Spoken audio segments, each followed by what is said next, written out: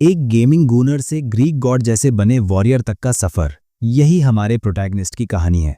किसी तरह वो उसी गेम के अंदर ट्रांसफर हो जाता है जिस पर वो कभी गून किया करता था, और अब उसे कदिम नाम के कैरेक्टर की भूमिका निभानी पड़ती है। अताला का महान योद्धा कहलाया जाने वाला, जिसे God of struggle and wilderness जैसे खिताब मिले हुए हैं। एक ऐसा हीरो जिसे कभी डिवाइन आदेश मिला था आर्च डीमन और उसकी पूरी आर्मी को खत्म करने का, दुनिया को प्योर ईविल से साफ करने का। इसी वजह से वो हीरोज की एक पार्टी के साथ क्वेस्ट पर निकलता है, जहां उसका रोल वैनगार्ड का होता है।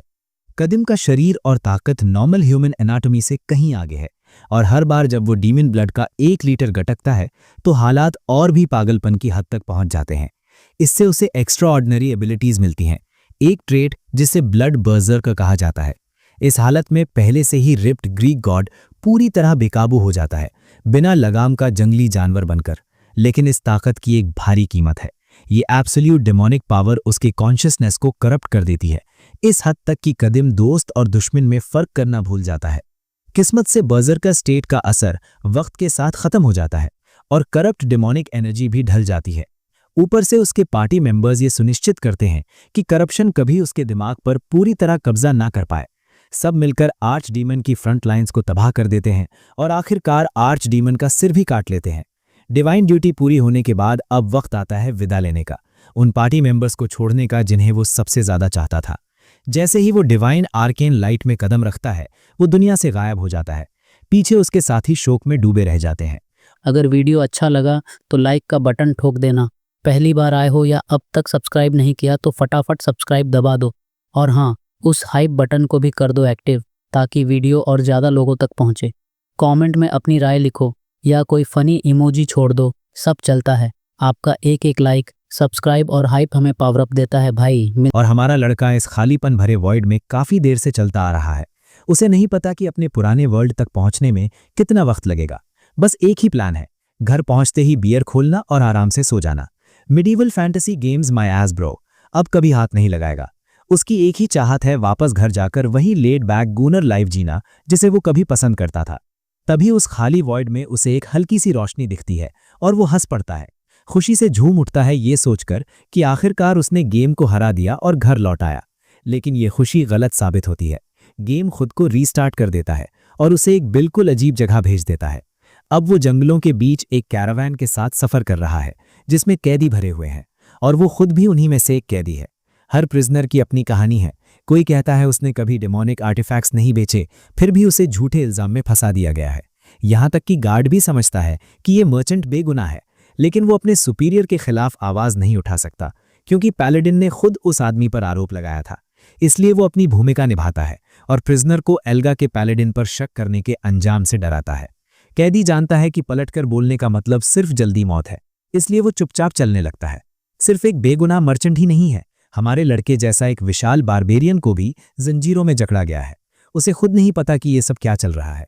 वो खुद को शैकल्स से आज़ाद भी नहीं कर पा रहा, क्योंकि उसकी पुरानी ताकत गायब हो चुकी है।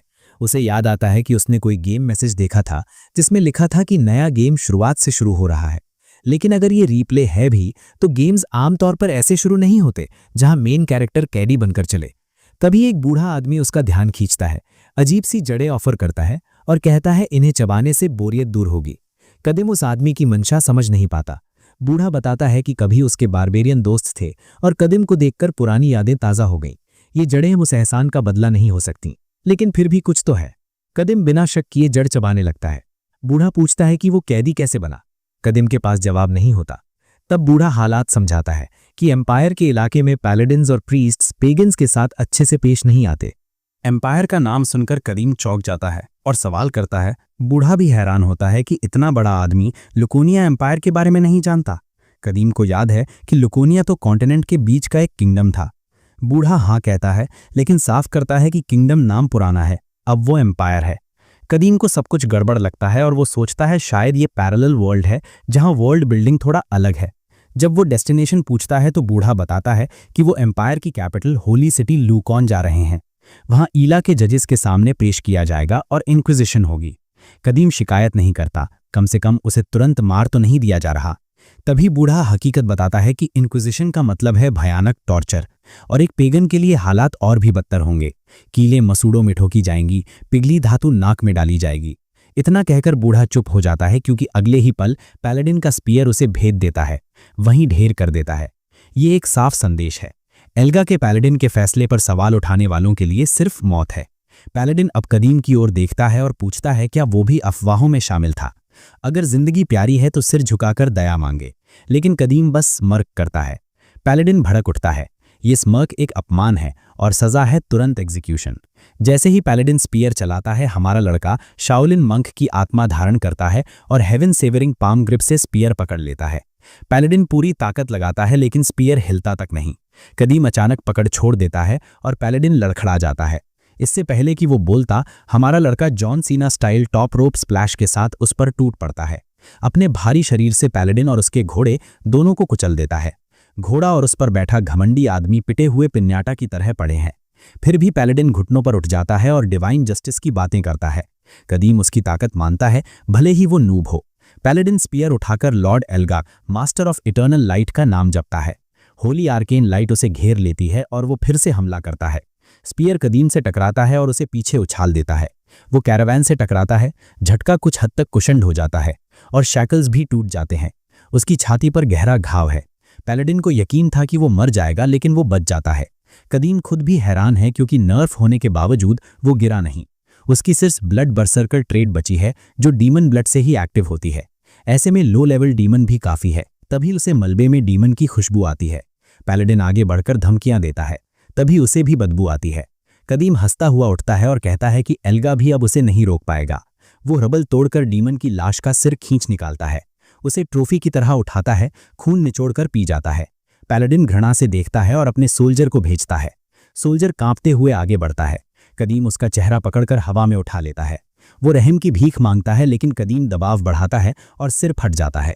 वो कहता है कि ये लो टियर डीमन का खून है, बस थोड़ी ताकत मिली है, लेकिन शाइनी आर्मर वालों को कुचलने के लिए काफ़ी है। लाल डेमोनिक एनर्जी भड़क उठती है। सैनिक डर से पीछे हटने लगते हैं। पैलेडिन चिल्लाता है और आदेश देता है। कदीम क्रश डीमन हेड फेंकता है। पैलेडिन बच जाता है लेकिन लड़खड़ा जाता है। तभी कदीम उसमें टूट पड़ता है। पैलेडिन आखिरी बार होली पावर बुलाता है। रोशनी फटती है, लेकिन कदीम उसकी आंखों में देखता रहता है। स्पीयर उसकी बगल में फंस चुकी होती है और पैलेडिन समझ जाता है कि अब वो फंस चुका है। अब जब कभी कॉन्फिडेंट पैलेडिन पूरी तरह अनार्म्ड और खुला पड़ा था, मेरे गाय ने स्विंग लिया और एक ही जोरदार ब्लो में इस प्रिटी बॉय को अगली बना दिया। एक प्रॉपर होम रन। कुछ देर गुजरती है और मेरा गाय अब भी इस जैकैस को पंचिंग बैग की तरह इस्तेमाल कर रहा है, एक के बाद एक पंच ठोकता हुआ, ये इंश्योर करते हुए कि उसके शरीर में कोई भी बोन सलामत न बचे। मजे की बात यह है कि इतनी मार खाने के बाद भी पैलेडिन जिंदा है, हालांकि वो प्रैक्टिकली किसी और ही इंसान में बदल चुका है। बची कुची जिंदगी के साथ वो सिंसियरली माफी मांगता है और अपनी जान की भीख मांगता है। हमारा बॉय इतना बेनेवलेंट है कि उसे छोड़ देता है और उल्टी दिशा में घूमकर चलने लगता है। बाहर से तो वो बदसूरत चेहरा इस ग्रीक गॉड की दया के लिए ग्रैटिट्यूड दिखाता है, लेकिन अंदर ही अंदर ब्रो सोच रहा होता है कि ये बारबेरियन कितना बेवकूफ़ है जिसने उसकी जान छोड़ दी, और वो कसम खाता है कि इस ह्यूमिलिएशन का बदला ज़रूर लेगा। ज़मीन पर टूटा पड़ा हुआ वो बास्टर्ड चिल्लाकर ऐलान करता है कि वो अपने गॉड के अपमान का बदला लेगा। दुर्भाग्य से उसके लिए उसे लगा कि हमारा बॉय रुक गया है, लेकिन सच्चाई इससे बहुत दूर थी। वो बस उस बास्टर्ड का हथियार लेने गया था। जैसे ही टावरिंग कदीम की परछाई उस हारे हुए पैलेडिन पर पड़ती है, उसकी आंखों से आंसू बहने लगते हैं। उसे पता चल जाता है कि अब वो पूरी तरह फंस चुका है। बारबेरियन को यह देखकर अजीब सा सम्मान महसूस होता है कि इतनी बुरी तरह हारने के बाद भी नाइट अपने गॉड से प्रार्थना कर रहा है। स्पेयर को सीधे उसके सिर के ऊपर रखते हुए कदीम चाहता है कि उसका अपोनेंट आखिरकार उसी गॉड से मिल जाए जिससे वो इतनी शिद्दत से चिपका हुआ है। कभी ऑनरेबल और एरोगेंट रहा नाइट अब बस रोता हुआ ढेर है जिसे कोई मर्सी नहीं मिलती। पैलेडिन की कहानी वहीं खत्म हो जाती है, स्पेयर उसके सीने में धसी हुई। टावरिंग फिगर चारों तरफ नजर डालता है और भागते हुए सोल्जर्स को देखता है। लगता नहीं कि वो इन बेचारे सोल्स को भागने देने वाला है। आखिर उसने ये गेम काफी बार खेला है और उसे पता है कि कोई भी लूज एंड नहीं छोड़ना चाहिए, इसलिए आई विटनेसेस की क्लेंजिंग जरूरी है। एक के बाद एक कदीम स्पेयर फेंकता है। हर प्रिसाइज स्ट्राइक के साथ एक जान खत्म होती है। कुछ सोल्जर्स झाड़ियों के नीचे छिपे कांप रहे होते हैं, लेकिन जैसे ही कदीम उन्हें देखता है उनका फेट सील हो जाता है। स्पेयर उड़ती है और आखिरी सोल्जर्स भी गिर जाते हैं। अब सिर्फ प्रिजनर्स बचे हैं। स्कमी और अनफेयर पैलेडिन की मौत से खुश होकर वो जैसे ही अपनी आज़ादी सेलिब्रेट करने वाले होते हैं, मेरा गाय घूमता है और एक बास्टर्ड का सिर कुचल देता है। दिमाग के टुकड़े चारों तरफ बिखर जाते हैं। प्रिजनर्स डर से फ्रीज हो जाते हैं, जैसे उनके सिस्टम्स क्रैश कर गए हों। ब्लड थर्स्टी बारबेरियन हवा में कूदता है, बाकी सर्वाइवर्स को भी खत्म करने के लिए तैयार। कोई स्टोन अनटर्न नहीं छोड़ना चाहता। विटनेसेस चीखते हैं, पूछते हैं कि वो सबको क्यों मार रहा है। वो गिड़गिड़ाते हैं। स्पेयर ऊपर उठी रहती है और आखिरी को भी बेरहमी से भेद दिया जाता है। उसके चेहरे पर ना कोई हिचक, ना कोई अफसोस। वो बस लाशों के बीच खड़ा सोचता है, अगर इन्हें जिंदा छोड़ देता तो ये उसके एस्केप की खबर फैला देते, फिर हाई रैंकिंग होली नाइट्स उसे हंट कर लेते। इतना रिस्क वो नहीं ले सकता था, इसलिए यही आसान रास्ता था। कदीम स्पेयर निकालता है और झाड़ियों में छिपे आखिरी आदमी के पास जाता है। वो रो रहा है, कांप रहा है, बस एक बार बाकी है। स्पेयर ऊपर उठती है, तभी वो आदमी अपनी बेबसी और अनफेयरनेस पर रो पड़ता है, मर्सी की भीख मांगता है, कहता है उसने कुछ गलत नहीं किया और उसे एक चांस मिलना चाहिए। कदीम रुक जाता है और पूछता है वो इतनी बुरी तरह क्यों जीना चाहता है। आदमी बताता है कि उसकी प्यारी पत्नी और बच्चा उसका इंतजार कर रहे हैं और वो सिर्फ इसलिए पकड़ा गया क्योंकि किसी ने उसे फंसा दिया। कदीम समझ जाता है कि यह आदमी सच में इनोसेंट है, बस इस गंदे खेल में फंस गया है। फिर भी उसे लगता है कि सिर्फ यही वजह काफी नहीं है। आखिरी दांव खेलते हुए आदमी कहता है, एक गाइड। समझाता है कि ऐसे वॉरियर को अपनी जर्नी के लिए गाइड चाहिए होगा। कदीम इंटरेस्टेड होता है और वेपन नीचे रख देता है। आदमी बताता है कि वो फ्री सिटीज ऑफ अलायंस का ट्रैवलिंग मर्चेंट है। कनेक्शंस के कारण वो जगह जगह की जानकारी रखता है। कादिम उससे सवाल पूछना शुरू करता है। सबसे पहले वो लुकैनियन के एम्पायर बनने की बात करता है। उसे याद है कि वो किंगडम था। मर्चेंट सोचता है कि शायद ये बारबेरियन पहाड़ों के उस पार वेस्टलैंड से आया है। कादिम चिढ़ जाता है और जवाब मांगता है। मर्चेंट बताता है कि करीब 250 साल पहले लुकैनियन एम्पायर बना, उससे पहले वो सिर्फ किंगडम था। 2 कैलेंडर्स की बात समझकर कादिम ओल्ड कैलेंडर का साल पूछता है, 1130। ये सुनकर वो सन्न रह जाता है। फिर वो कॉन्टिनेंट की हालत, एल्गा रिलीजन और डीमन रेम के बारे में पूछता है। मर्चेंट बताता है कि एम्परर लुकैनियन ने कॉन्टिनेंट यूनिफाई किया था, लेकिन अब वो 3 स्ट्रॉन्ग होल्ड्स में बटा है। एल्गा फेथ फैल चुका है और डीमन रेल्म रहस्यमय है। कोई वहां से जिंदा नहीं लौटता। ये सब कादिम के लिए और भी बड़ा शौक है। उसे अपने पुराने दोस्त केल, मेलिसा, गॉर्डन, सिरिल याद आते हैं। मर्चेंट को ज्यादातर नाम नहीं पता, बस मेलिसा का नाम कहीं सुना लगता है। कादिम को यकीन नहीं होता कि जो हीरोज कभी सबसे बड़े डीमन को गिरा चुके थे वो दुनिया से भुला दिए गए। डीमंस अब भी क्यों हैं, इसका जवाब किसी के पास नहीं। कोई कहता है एल्गा का पनिशमेंट है, कोई कहता है किसी आर्च मेज ने पोर्टल खोल दिया। सच सिर्फ गॉड्स जानते हैं। कादिम स्पीयर लेकर ग्रासलैंड्स की तरफ देखता है। उसे समझ आता है कि वो फर्स्ट प्ले थ्रू के बाद सीधे 300 साल आगे आ गया है। नॉलेज आउटडेटेड है, दोस्त इस एरा में नहीं रहे। लाशों को देखकर वो सोचता है कि ये खून खराबा कब खत्म होगा, क्या जीने की कोई वजह भी बची है। गुस्से और बेबसी में वो स्पीयर तोड़ देता है और उसी से अपनी गर्दन की तरफ इशारा करता है, जिंदगी खत्म करने के लिए। मर्चेंट उसे रोकता है। कादिम कहता है कि वो फिर वही ड्रेड नहीं झेलना चाहता। स्पीयर गर्दन से लगती है, तभी उसे मेलिसा का सपना याद आता है, मेज टावर बनाने का। वो रुक जाता है, पूछता है क्या मर्चेंट को मेलिसा के बारे में पता है। मर्चेंट बताता है कि वो मेज टावर की पहली मास्टर से जुड़ा नाम है। टावर विस्ताना सिटी में ईस्टर्न रिज पर है। यहां से पहुंचने में 2 महीने लगेंगे। कादिम मुस्कुराता है, जैसे वही छोटी सी याद उसे जिंदा रखे हुए है। होप की एक चिंगारी के साथ वो डायरेक्शंस मांगता है। मर्चेंट गाइड बनने से हिचकता है, फैमिली का हवाला देता है। कादिम रिवॉर्ड देता है, दुनिया की सबसे कीमती चीज उसकी जिंदगी। मर्चेंट कीज ढूंढता है, कफ्स खोलता है। कादिम प्लेस होल्डर के लिए एक स्वॉर्ड उठाता है। घटिया क्राफ्ट लेकिन चल जाएगी। नाइट स्पीयर यूज नहीं कर सकता, ब्लेस्ड वेपन है। एक्स खो चुका है, फिर से शुरुआत करनी होगी। मर्चेंट पैकिंग करके डोरा द एक्सप्लोरर जैसा लगता है और कादिम डीमन ब्लड पीते हुए तैयार होता है। दोनों मेज टावर की जर्नी पर निकल पड़ते हैं। दिनों बाद लाशें कौओं का शिकार बनती हैं। होली नाइट्स पहुंचते हैं। लेडी हीलिया इन्वेस्टिगेशन का हुक्म देती है। आर्च बिशप को लीड चाहिए। वो लिंटन की हालत को पैथेटिक मानती है, लेकिन उस आदमी से ज्यादा हैरान है जिसने होली नाइट को ऐसे मारा जो आर्च बिशप का रिश्तेदार था। वो तय करती है कि कल्प्रिट दर्दनाक मौत मरेगा। इधर कादिम और मर्चेंट आराम कर रहे होते हैं। आग बुझ चुकी है और मर्चेंट गायब है। अपनी छोटी टांगों से वो जंगल में भागता है, सोचता है कि आखिरकार मॉन्स्टर से बच गया। शुरुआत में उसे कोई दिक्कत नहीं थी कि अंपायर की पकड़ से बचने के लिए एक ट्रैवलिंग कंपेनियन के साथ सफर करे, लेकिन असली प्रॉब्लम तब आई जब उसे समझ आया कि ये लड़का किस किस्म का साइकोपैथ है। ये आदमी लिटरली डीमन की लाशें खा रहा था और साथ साथ दर्जनों लोगों को काट रहा था। कंपेनियन कम और एक डरावना बारबेरियन ज्यादा लग रहा था। पिछले कुछ दिनों में जो कुछ उसने देखा उससे मर्चेंट को साफ समझ आ गया कि ये इंसान नॉर्मल तो बिल्कुल नहीं है। उसने कई तरह के सवाल पूछने की कोशिश की, लेकिन ये आदमी एक शब्द भी नहीं बोलता।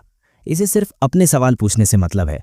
मर्चेंट ने उसकी इंटेंशंस जाननी चाहिए, लेकिन सामने वाला बस घूरता रहा, जैसे बिना बोले ही उसे दबा रहा हो। मर्चेंट की नज़र में केडम इंसान से ज़्यादा एक मॉन्स्टर है। ऐसा लग रहा था जैसे वो हर वक्त एक शेर के आसपास चल रहा हो, जो किसी भी पल उसे खा सकता है। बदकिस्मती से वो ऐसी हालत में फंसा था जहां सब सहना ही पड़े। ऊपर से मुश्किल तब बढ़ गई जब ये चुपचाप रहने वाला मीट हेड इतनी तेज चलने लगा कि छोटा मर्चेंट उसका पेस पकड़ ही नहीं पा रहा था। जबकि वो एक ट्रैवल मर्चेंट है जो आमतौर पर कभी थकता नहीं, फिर भी यहां वो बस किसी तरह सांस लेते हुए पीछे पीछे घसीट रहा था। हर बार जब वो आगे देखता, ये आदमी फिर से कई मीटर आगे होता, जैसे जगह जगह टेलीपोर्ट कर रहा हो। हर बार गट्स के छोटे भाई जैसा ये आदमी उसे तब तक घूरता रहता जब तक वो तय जगह तक न पहुंच जाए, जैसे इशारा दे रहा हो कि अभी चाहे तो उसका सिर फोड़ दे। बेचारा मर्चेंट सोचने लगा कि कहीं केडम के पैर स्टील के तो नहीं बने, जिन्हें थकान नाम की चीज पता ही ना हो। वो अपनी लिमिट्स के आखिरी सिरे पर पा और इस रफ्तार में चलता रहा तो मरना तय था। तभी उसके दिमाग में भागने का ख्याल आया। वापस वर्तमान में मर्चेंट पूरी ताकत से छलांग लगाता है, हांफता हुआ भागता है। वो डार्क फॉरेस्ट से बाहर निकल चुका था, अब उसे ढूंढना आसान नहीं होना चाहिए। लेकिन इस गैम्बल में वो अपना कीमती सामान से भरा बैग वहीं छोड़ आया, वही सामान जिससे किसी भी शहर में दुकान जम सकती थी, एक मर्चेंट का सपना। फिर भी वो वापस जाने का रिस्क नहीं ले सकता था, क्योंकि उसकी जान उन चीजों से कहीं ज्यादा कीमती थी। एक बार वो रुककर सांस लेता है, सोचता है कि कितनी दूर भाग चुका है और ये भी नहीं जानता कि किस दिशा में जा रहा है। उसे बस भरोसा था कि केडम को उसे ढूंढने में वक्त लगेगा और वो आखिरकार आजाद है। बस एक छोटी सी प्रॉब्लम, पीछे से केडम की आवाज उसे रियलिटी चेक दे देती है। पलटते ही वो देखता है कि बारबेरियन उसकी तरफ चला आ रहा है, वही सवाल बार बार दोहराते हुए कि वो क्यों भागा। केडम गुस्से में है और पूछता है कि क्या मर्चेंट को अपनी जान की परवाह नहीं। मतलब साफ है, अगर यही चलता रहा तो वो उसे वहीं खत्म कर देगा। मर्चेंट वहीं गिर पड़ता है, मानता है कि उसने अपने मास्टर की उम्मीदों से गद्दारी की है और वो मरने के काबिल है। वो फिर से माफी मांगता है, एक और मौका चाहता है, लेकिन केडम को वो नहीं चाहिए। उसे सिर्फ वजह चाहिए ताकि ये आदमी दोबारा भागने की हिम्मत न करे। मौका मिलने पर मर्चेंट सच बता देता है कि केडम का पेस इंसानों के लिए नहीं है। उसके साथ चलने की कोशिश में वो वैसे भी मर जाएगा और अभी भी उसे लगता है कि ये सब करके उसने खुद को मौत के करीब ला दिया है। केडम उसे देखता है, फिर कहता है कि वापस चलते हैं, जिससे मर्चेंट हैरान रह जाता है। इतना ही नहीं, वो आगे से धीरे चलने पर भी राजी हो जाता है, अपनी युजीरो हानमा डीमन बैग दिखाते हुए। लौटते वक्त मर्चेंट इतना शॉक्ड होता है कि बोल ही नहीं पाता और सीन कैंप फायर पर शिफ्ट हो जाता है। केडम देखता है कि यह आदमी नींद में बुरी तरह तड़प रहा है, किसी नाइटमेयर से जागते हुए। अब जागकर उसे याद आता है कि उसकी ये रफ्तार उसकी पहली प्लेथ्रू के अनुभव की वजह से है। डीमन रेल्म में उसे तेज चलना पड़ता था, खाना कम था, खतरे हर तरफ थे और आराम करने का मौका नहीं मिलता था। डिमोनिक ब्लड पीते पीते केडम की ताकत और एवोल्यूशन पागलपन की हद तक बढ़ती गई। उसके साथी भी तेज पेस पर चलने को कहते थे, लेकिन डीमन रेल्म और ये शांत जगह एक जैसी नहीं है। यहाँ रिसोर्सेज हैं और मैडनेस का रिस्क होते भी वो खुद को अभी रिलैक्स्ड महसूस करता है। एक वजह और है पेस कम करने की, ये ट्रैवलिंग गाइड जो उसे दुनिया की मौजूदा हालत समझने में मदद कर रहा है। अगली सुबह मर्चेंट सुझाव देता है कि वो कम गार्ड वाले रास्ते से डिटोर लें। हैरानी की बात ये कि कदीम मान जाता है, जिससे मर्चेंट खुश हो जाता है। सच है कि कदीम को महाद्वीप का नक्शा याद है, लेकिन वो अब आउटडेटेड है और सही गाइड के बिना मंजिल तक पहुंचना मुश्किल होगा। मर्चेंट बताता है कि होली नाइट्स किसी भी हेरेटिक को देखते ही पकड़ लेते हैं। डीमंस के साथ भी यही होता है। कदीम एक बारबेरियन है, इसलिए फ्री सिटी अलायंस तक पहुंचने से पहले उसे एक्स्ट्रा सावधान रहना होगा। वैसे होली नाइट्स ही वजह है कि पूरे महाद्वीप में डीमंस कम दिखते हैं, क्योंकि ये वॉरियर्स उन्हें देखते ही खत्म कर देते हैं। दिक्कत यह है कि कदीम के पास जो ब्लड है वो भी जल्द एक्सपायर हो जाएगा और अगली लड़ाई के लिए फ्रेश ब्लड जमा करना जरूरी है। रात होते होते दोनों जंगल पार करते हुए एक गांव तक पहुंचते हैं। मर्चेंट इसे पायनियर सेटलमेंट कहता है और यहीं रात बिताने की सलाह देता है। लेकिन कदीम एक अजीब बात नोटिस करता है, एक भी लाइट जल नहीं रही। डिनर का वक्त है, इतने बड़े गांव में कुछ हलचल होनी चाहिए। गेट्स भी खुले हैं बिना किसी गार्ड के, जिससे मर्चेंट को लगता है कि शायद ये अबैंडन्ड है। कदीम कहता है कि खुद जांच करनी चाहिए।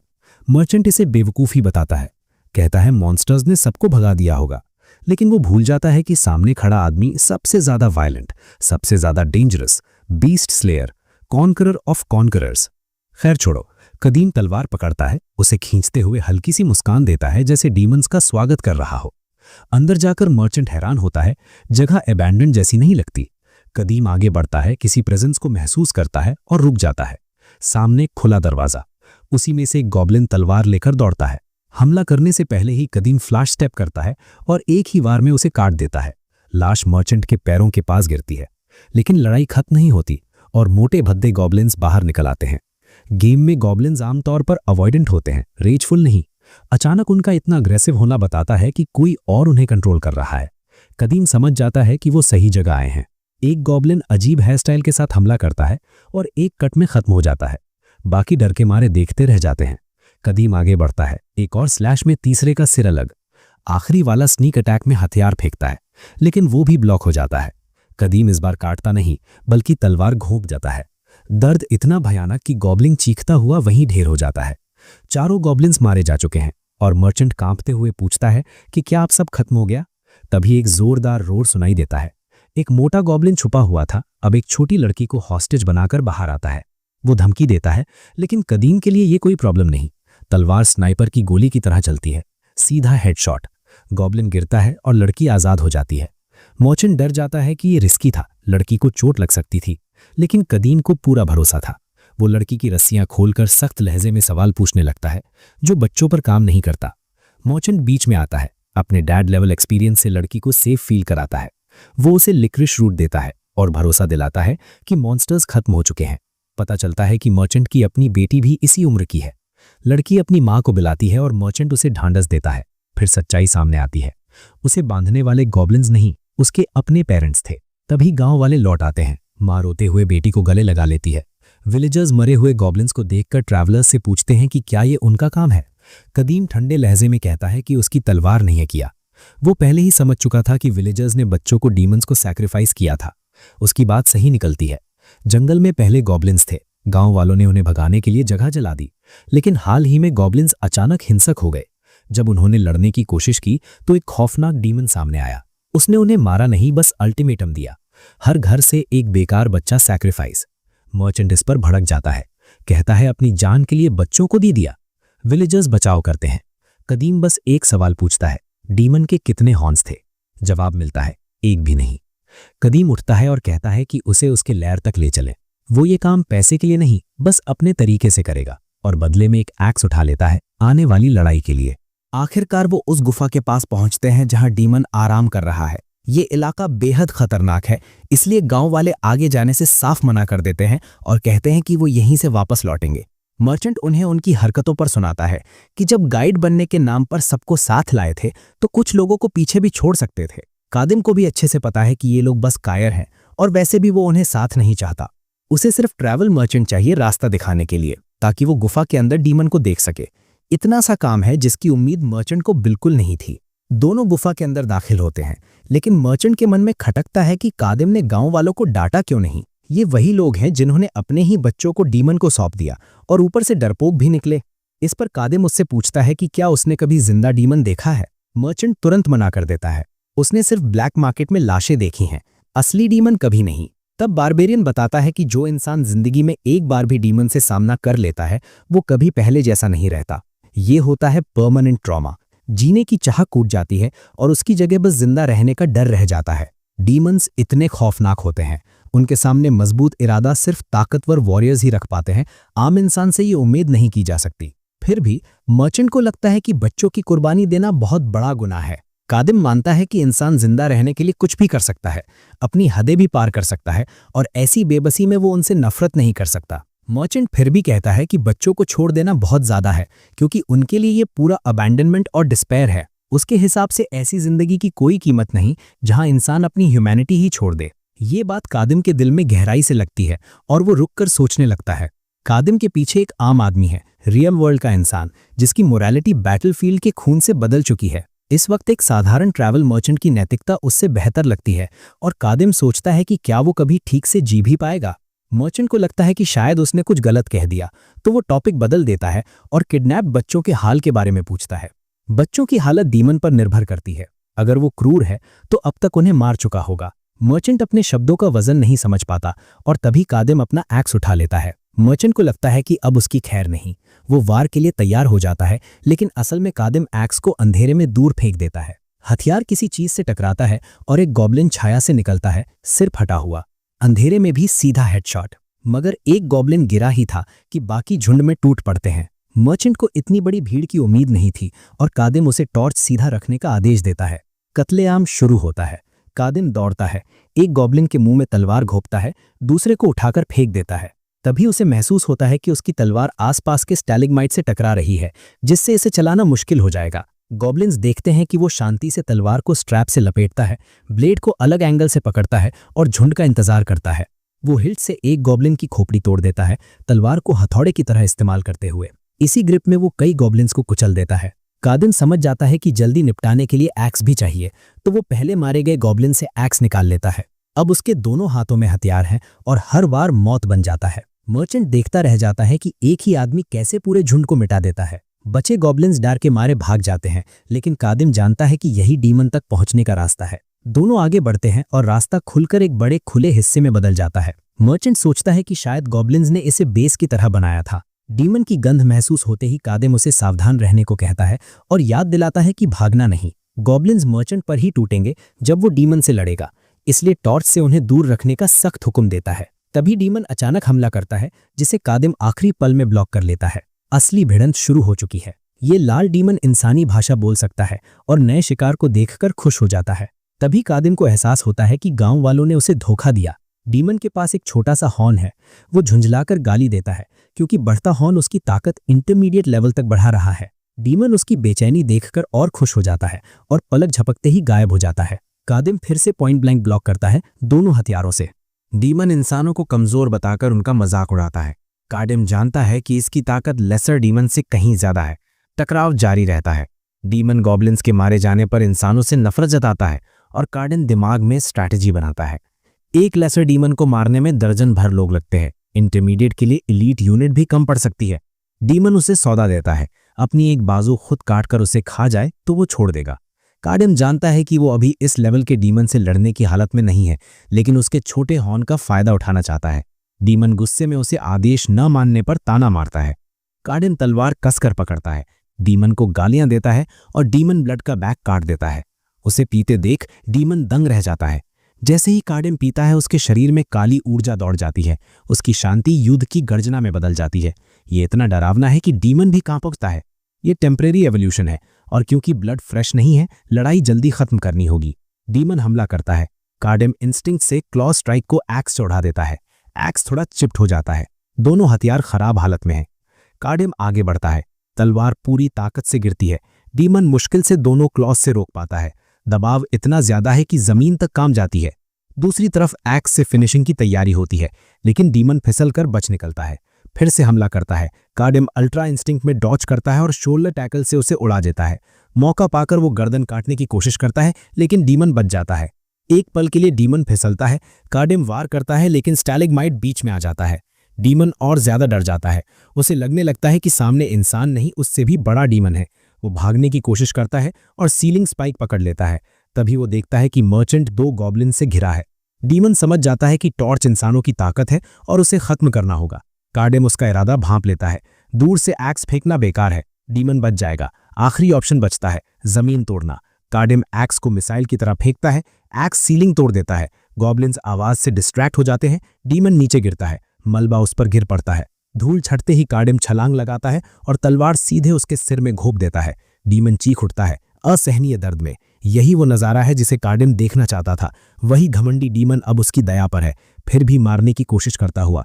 कादिम हैरान होता है कि हेडशॉट के बाद भी ये जिंदा है और तलवार को और अंदर तक धकेल देता है।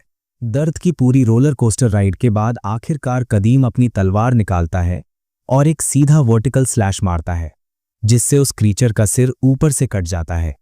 उसके आखिरी पलों में सिर से खून फूट पड़ता है और जमीन से टकराते ही वो पूरी तरह ढेर हो जाता है। उसी के साथ बारबेरियन की बर्जर्क स्टेट भी धीरे धीरे खत्म हो जाती है, पीछे बस उस अनुभव के निशान और स्कार्स छोड़ते हुए। अच्छी बात यह थी कि लड़ाई बिल्कुल सही वक्त पर खत्म हुई, वरना हालात और भी बदतर हो सकते थे। तभी कदीम सुनता है कि गॉब्लिन्स अपनी नॉर्मल स्टेट में लौट रहे हैं। उनमें अब कोई गुस्सा या हिंसा नहीं बची। डीमन मर चुका था, इसलिए उसका असर भी खत्म हो गया था। लेकिन फिर भी कदीम उन्हें छोड़ता नहीं। उसके लिए ये क्रीचर्स अब उस हद को पार कर चुके थे जहां उन्हें जिंदा छोड़ा जा सके, और उसकी किस्मत ही यही थी कि रास्ते में आने वाले हर मॉन्स्टर को खत्म करे। पहला गॉब्लिन गिरते ही दूसरा जान बचाकर भागता है, लेकिन पीछे से सिर में वार पड़ता है और वो भी ढेर हो जाता है। 2 गॉब्लिन्स खत्म हो चुके थे, लेकिन अजीब बात ये थी कि एक अब भी जिंदा था, हाथ में टॉर्च लिए हुए। कदीम आखिरी टारगेट को खत्म करने के लिए तलवार तानता है और मारने के इरादे से वार करता है, लेकिन उसे नहीं पता था कि सामने गॉब्लिन नहीं बल्कि ट्रैवलिंग मर्चेंट है, जिसकी चीख कदीम को होश में ले आती है। बर्ज़र्क स्टेट ने उसकी नज़र धुंधली कर दी थी, लेकिन किस्मत से तलवार आखिरी पल में रुक जाती है। मर्चेंट अपने मास्टर को घूरते हुए देखता है और पूछता है कि क्या वो ठीक है। कदीम पूरी तरह होश में आता है, अपनी लापरवाही के लिए माफ़ी मांगता है और अंधेरे में ठीक से ना दिख पाने का बहाना बनाता है। वो अंदाज़ा लगाता है कि बच्चे जिंदा होंगे, इसलिए अब बस बाकी गॉब्लिन्स को खत्म करना है और बच्चों को गांव वापस पहुंचाना है। मर्चेंट उसकी बात मानता है और दोनों अंदर की ओर बढ़ते हैं। कदीम डीमन की लाश को घसीटता हुआ साथ ले चलता है। अगली सुबह का सीन सामने आता है। गांव वाले अपने सारे बच्चों को वापस पा चुके हैं। हर एक बच्चा डरा हुआ है, आंखों में जिंदगी बाकी नहीं बची। वो मर्सिनरी को धन्यवाद देते हैं, यकीन नहीं कर पाते कि ये आदमी कंधे पर एक पूरा डीमन उठाए घूम रहा है। एक औरत कदीम को चिकन और बार्ली ऑफर करती है, कहती है कि वो आराम करे और खाना खाए, लेकिन कदीम मना कर देता है, कहता है कि ये खाना उन ट्रॉमेटाइज्ड बच्चों के साथ बांटा जाए जिन्हें सोने या खाने का मौका तक नहीं मिला। वो गाइड को भी विलेजर्स के साथ खाने के लिए कहता है और खुद थोड़ी देर अकेले आराम करने चला जाता है। गाइड बच्चों की हालत देखता है, जिनकी आंखों से जैसे सब कुछ छिन चुका हो। उसे याद आता है कि पिछली रात उन्हें कैसे पाया गया था, पागलपन और डर में डूबे हुए, डीमन द्वारा ब्रेन वॉश किए गए, दुख भरी कविताएं गुनगुनाते हुए। कदीम बताता है कि डीमंस बच्चों की साइकी तोड़ने के लिए अलग अलग मंत्रास से ब्रेन वॉश करते हैं। उन्हें दुनिया के सबसे बेकार बच्चे कहा जाता है, अपने ही पेरेंट्स द्वारा छोड़े गए। ये टॉर्चर इतना भयानक होता है कि कोई भी प्रीस्ट इसे ज्यादा देर सह ना पाए। लेकिन कदीम के मुताबिक यहाँ ये ब्रेन वॉशिंग भी नहीं है, बस सच्चाई है कि ये बच्चे सच में अबैंडन कर दिए गए थे। डर को बार बार उनके दिमाग में ठूसा जाता है ताकि वो कभी उस अनुभव को भूल ना पाए, और इसी से उनका फ्यूचर खत्म हो जाता है, बचपन हमेशा के लिए छिन जाता है। मर्चेंट समझ नहीं पाता कि कोई डीमन इतनी हद तक क्यों जाएगा, लेकिन कदीम के लिए ये बुराई की फितरत है, इंसानी दर्द में मजा लेना। यही वजह है कि वो चाहता था कि बच्चों की सैक्रिफाइस हो जाती, बजाय इसके कि उन्हें इस तरह तड़पाया जाए। फिर भी मर्चेंट उम्मीद करता है कि शायद एक दिन ये बच्चे फिर से रोशनी देख पाएंगे। कदीम मानता है कि ये नामुमकिन नहीं है, लेकिन वो जानता है कि ये बच्चे वापस उन्हीं पेरेंट्स के पास जाएंगे जिन्होंने उन्हें छोड़ा था, इसलिए उनके पूरी तरह ठीक होने की उम्मीद रखना बेकार है। यही कड़वी सच्चाई है। मर्चेंट उदास नजरों से बच्चों को देखता हुआ अपने मास्टर के पीछे चल देता है।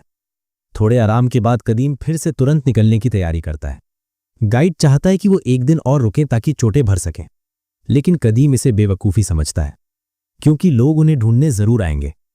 एक होली नाइट को मार देना एल्गा फैक्शन के लिए कोई छोटी बात नहीं है। मर्चेंट ये बात भूल चुका था। वो लोग भाग रहे थे और वक्त बर्बाद नहीं कर सकते थे। हो सकता है बाकी नाइट्स कदीम के निशानों का पीछा कर रहे हों, इसलिए हर सेकंड कीमती था। उधर लेडी हीलिया होराइजन की तरफ देखते हुए अपने शिकार पर नजर जमाए हुए है। कदीम डीमन का सिर काटता है और अपनी अगली लड़ाई के लिए थोड़ा सा डीमन ब्लड जमा करता है। बोतल आधी भर जाती है, फिलहाल काफी है। डीमन की लाश अब उसके किसी काम की नहीं, लेकिन विलेजर्स उसमें दिलचस्पी दिखाते हैं। कदीम सख्ती से उन्हें उसे जला देने को कहता है, जिससे वो चौंक जाते हैं। उसे बेचने में कोई दिलचस्पी नहीं, जबकि गांव वाला सोच रहा था कि कॉप्स को होली नाइट को बेचकर नाम कमा लेगा।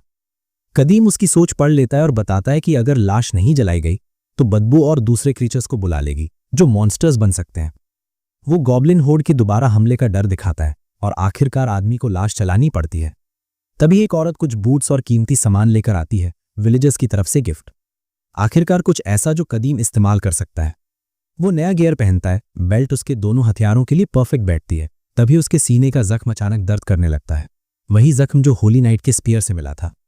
डेमोनिक वुंड्स तो उसका बॉडी आसानी से हील कर लेता है, लेकिन ब्लेस्ड वेपन का असर अब भी बाकी था।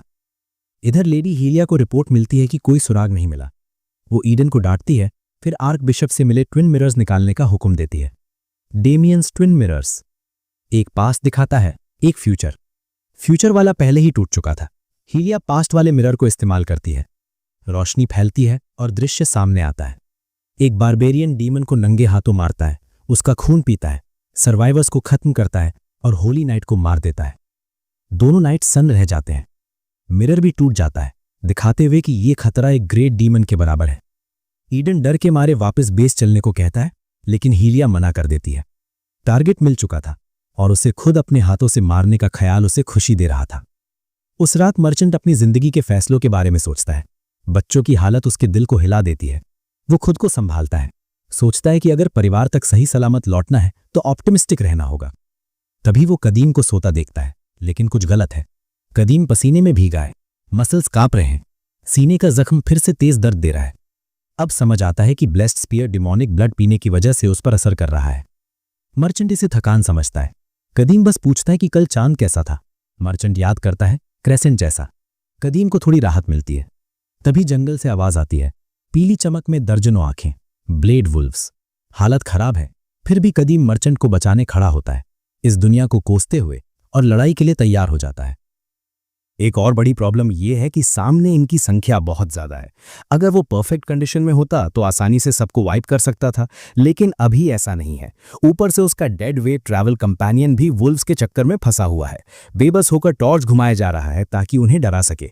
कॉर्नर्ड होकर कादिम ढक्कन खोलता है, ये जानते हुए कि डेमोनिक ब्लड ही उसका आखिरी रास्ता है, चाहे वो उसे और ज्यादा पॉइजन ही क्यों न कर दे।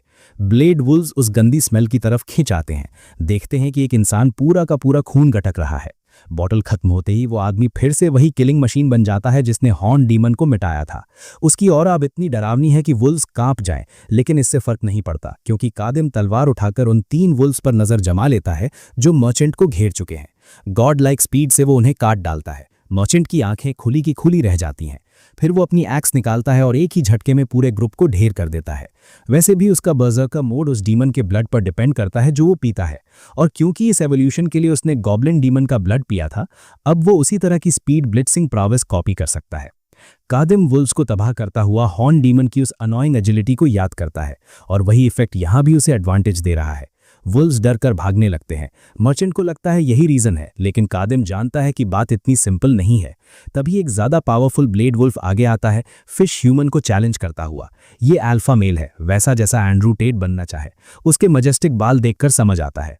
कादिम इसे पैक लीडर कहता है। प्रॉब्लम यह है कि उसका बफ स्टेट खत्म होने वाला है, इसलिए वो क्रीचर से प्रॉपर्ली फाइट भी नहीं कर पाएगा। पैक लीडर इनसेन ताकत से हमला करता है। उसका वजन ही कादिम को कुचल देने के लिए काफी है। डॉज करते हुए उसके चेस्ट में तेज दर्द उठता है। हथियार हाथ से गिर जाता है और बर्जर्क मोड का बैकलैश उसे जकड़ लेता है। मर्चेंट मदद करना चाहता है, लेकिन कुछ कर नहीं पाता, बस अपने मास्टर से होश में आने की गुहार लगाता है, वरना दोनों मारे जाएंगे। कादिम किसी तरह खुद को संभालता है। सामने विशाल सफेद वुल्फ घूर रहा है, फिनिशिंग ब्लो के लिए तैयार। वो आसमान की तरफ देखता है, सोचता है कंडीशंस अब तक पूरी क्यों नहीं हुई। वुल्फ की तरफ देखने के बजाय आसमान देखना पागलपन लगता है, लेकिन तभी वो देख लेता है। मिडनाइट में मून पूरी तरह छुपते ही उसकी आंखों का रंग बदल जाता है। वो तलवार पकड़कर अटारा से प्रार्थना करता है, 10,000 सोल्जर्स के अनडिफीटेड मास्टर से, कि अपनी तलवार उसके हाथों में रख दे, वॉरियर को बैटल की असीम प्यास से भर दे। ये देवताओं की वॉर क्राई है, दुश्मनों पर हैवक अनलीश करने के लिए। अचानक ब्लेड तेज रोशनी से चमक उठती है। पैक रीडर और मर्चेंट दोनों स्टन रह जाते हैं। रेड ऑरा की जगह कादिम के चारों तरफ येलो ट्रेल्स चमकने लगते हैं, जैसे गॉड खुद पूछ रहा हो कि वो इस वेपन को कौन सा नाम देगा। यही इफेक्ट उसने अपने फर्स्ट प्ले थ्रू में एक्सप्लॉइट किया था।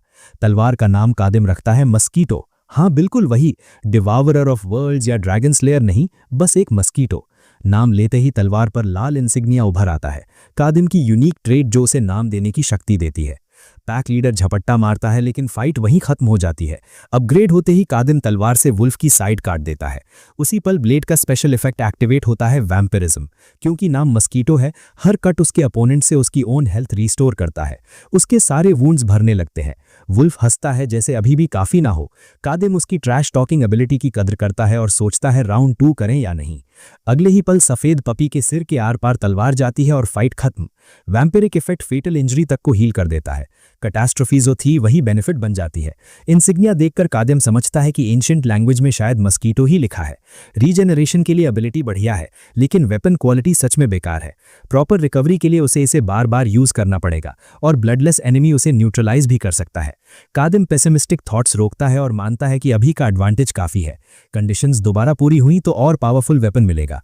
वो तलवार शीथ करता है, खुद को याद दिलाता है कि लाइफ से ज्यादा उम्मीद नहीं रखनी चाहिए। यही लेसन उसने फर्स्ट प्ले थ्रू से सीखा था। मर्चेंट शॉक में है। पैक लीडर और बाकी वुल्फ्स सब मरे पड़े हैं। थोड़ी देर पहले बारबेरियन मरने वाला था और अब पूरी बाजी पलट चुकी है। मास्टर की हालत देखता है तो सारे वुंड्स गायब हैं। केडिम सीधे पूछता है कि वो भागा क्यों नहीं, वो तो अपनी जान बचा सकता था। मर्चेंट सोच में पड़ता है, लेकिन केडिम खुद ही कह देता है कि वो उसका पीछा नहीं कर पाता। ऐसा करना वुल्फ फूड बनने जैसा होता। लगता है गाइड ने भागने का ख्याल छोड़ दिया है और उसे खुद समझ नहीं आता क्यों उसने बारबेरियन की सेफ्टी को अपनी जान से ऊपर रखा। केडिम उसे थोड़ी देर वॉच करने को कहता है क्योंकि उसे सोना है और चेतावनी देता है कि अगर कभी भागने का मन करे तो अर्थ के कॉर्नर को छू लेना, वरना स्पीड ब्लिट्स में उसकी आंतें बाहर होंगी। मर्चेंट डर से कांपता है, कैंप फायर के पास रोने लगता है। अगली सुबह दोनों फिर चल पड़ते हैं। अलायंस टेरिटरी तक पहुंचने में अभी 10 दिन है। केडिम के लिए असली सवाल बॉर्डर बिना प्रॉब्लम पार करने का है, क्योंकि इस हालत में वो किसी पावरफुल होली नाइट से टकराना नहीं चाहता। अवॉइडेंस ही बेस्ट ऑप्शन है। मर्चेंट मैप देखकर भरोसा दिलाता है कि इशू नहीं होगा। उन्होंने अलग रूट लिया है। ज्यादा से ज्यादा बैंडिट्स मिलेंगे, होली नाइट्स नहीं, और बजर्ग बारबेलियन के साथ बैंडिट्स कोई चिंता नहीं। पास ही मुल्टाना नाम का छोटा कैसल है सप्लाईज रीस्टॉक करने के लिए। ये वो जगह है जहां एल्गा फैक्शन का रीच नहीं। अलायंस टेरिटरी एम्पायर से छोटा है, लेकिन कॉमर्स बेहतर है। शॉर्टकट से गोल्डन रोड मिलेगा, फिर विस्टाना जाना ईजी होगा। प्लान थ्योरी में सिंपल है, केडिम जानता है प्रैक्टिकल में जर्नी मुश्किल होगी। 300 साल पहले कॉन्टिनेंट का ईस्टर्न हिस्सा केओस में था। पावर कॉन्टेस्ट्स हर जगह, आउटसाइडर्स वेलकम नहीं थे, और बारबेरियन के लिए तो लोग और भी सस्पिशियस। तब मलीसा भी उसे ऐसे देखती थी जैसे कोई बड़ा न्यूसेंस ओगर हो। वो यंग मेज थी, शेल्टर्ड लाइफ के साथ, गार्ड रहना नेचुरल था। उसने उसके साथ ट्रैवल करने को कहा था और वो उसे टॉल ओगर कहकर मजाक उड़ाती, डायरी में सब लिखती। वो सिंपल मेमोरी केडिम को मुस्कुराने पर मजबूर करती है, जबकि मर्चेंट कहता है कि यहाँ लोग जजमेंटल नहीं है, सब ठीक रहेगा। बात करते हुए दूर कुछ लोग हंगामा कर रहे होते हैं। केडिम गैस पूछता है और मर्चेंट कपड़ों से ही बैंडिट्स पहचान लेता है। केडिम ऑपोजिट डायरेक्शन जाने की सोचता है, लेकिन एक अगली क्लाउन उन्हें देख लेता है। सिचुएशन बिगड़ जाती है। केडिम दोनों वेपन्स रेडी करता है। क्लाउन्स माइंडलेसली चार्ज करते हैं, लेकिन हथियार निकालने की जगह हाथ फैलाते हैं। प्लॉट ट्विस्ट में ये उसे अपना एलाय समझ लेते हैं, उसकी ब्रूडिंग लुक की वजह से। जिन 2 लोगों से वो लड़ रहे थे वो डरकर भाग जाते हैं। केडिम इन इडियट्स को हंसते देखता है और आखिरी वार्निंग देता है कि इंटेंशन साफ करें। क्लोक्ड गाय माफी मांगता है और पूछता है क्या उसे एगॉन्स रेजिंग हॉर्न कहे, क्रिंज नाम है। केडिम साफ करता है कि वो कोई और है और मदद का कोई इरादा नहीं। क्लाउन्स इंसल्टेड होकर हथियार निकाल लेते हैं। केडिम उन्हें घूरता है, रेडी होकर उनकी पूरी हालत खराब करने के लिए। दोस्तों, अगर आपको ये छोटा सा चैप्टर पसंद आया हो तो जल्दी से 2500 लाइक्स, 550 कमेंट्स और हाइप बटन दबाना मत भूलना। अगर आप सपोर्ट करते रहोगे तो कल ही पूरा 1 घंटे का एपिसोड लेकर आऊँगा। तो अभी जाओ, लाइक करो, कमेंट करो, हाइप बटन दबाओ और शेयर भी कर दो। चलो।